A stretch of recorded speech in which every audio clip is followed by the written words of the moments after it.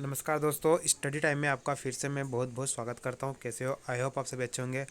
और दोस्तों अपडेट तो नहीं है क्योंकि आप सबको तो पता चल ही गया होगा कि लिस्ट आ गई है और आपने चेक भी कर लिया।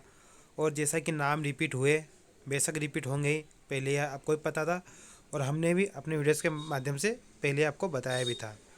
और हमने एक वीडियो बनाया था कि नए कैंडिडेट्सों को भी मौका मिलेगा और मिला दोस्तों, बिल्कुल मिला।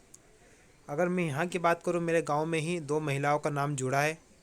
ओके, अब ये उनको ये फ़ायदा मिल गया है कि उनको अब अगले राउंड का वेट नहीं करना पड़ेगा। अगला राउंड दोस्तों मतलब ये है कि जैसे कि आपकी ट्राइबल की लिस्ट भी आ गई, डीपीआई की भी आ गई है और मोस्ट ऑफ कैंडिडेट्स दोनों में सिलेक्टेड है।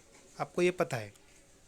अब क्या होगा, अब ये सिचुएशन क्लियर कब होगी? जब ये ज्वाइनिंग लेंगे। अब जैसे ही ज्वाइनिंग का टाइम आएगा दोस्तों, तो ये किसी एक विभाग को ही सिलेक्ट करेंगे। अब और आपको पता है कि नाम रिपीट हुए हैं, तो हो सकता है कि आधे कैंडिडेट डीपीआई में चले जाए और आधे कैंडिडेट ट्राइबल में आ जाए। जिनको जो पास में स्कूल पड़ेगी वो वहाँ पर ज्वाइनिंग ले लेगा। उसके बाद ये आपका पहला राउंड ख़त्म होगा, ज्वाइनिंग के बाद ख़त्म होगा। फिर पद तो खाली रहेंगे ही, आपको बिल्कुल पक्का है, पद तो खाली रहेंगे ही, है ना। 5,000 पद वर्ग 2 में।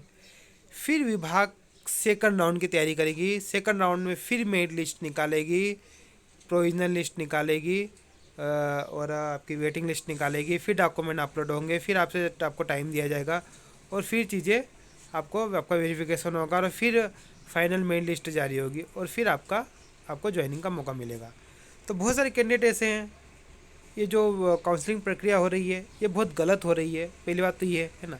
इसके कारण क्या है कि बहुत सारे कैंडिडेट ऐसे हैं जिनका वेटिंग में नाम नहीं है, उनको और लंबा इंतज़ार करना पड़ सकता है।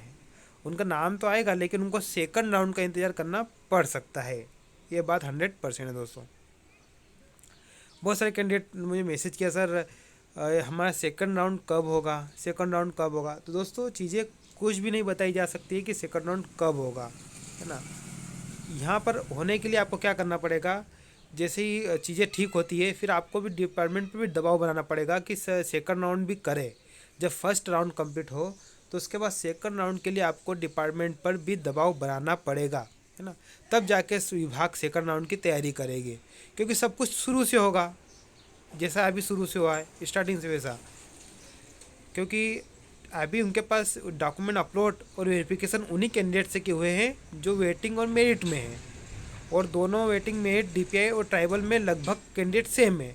तो मतलब डबल मेहनत करने से कोई इनका मतलब ही नहीं है। ये मतलब एक तरह से देखा जाए तो गलत कर रहे हैं, कैंडिडेट से साथ गलत कर रहे हैं। इनको क्या करना था, एक काउंसलिंग को मर्ज करना था।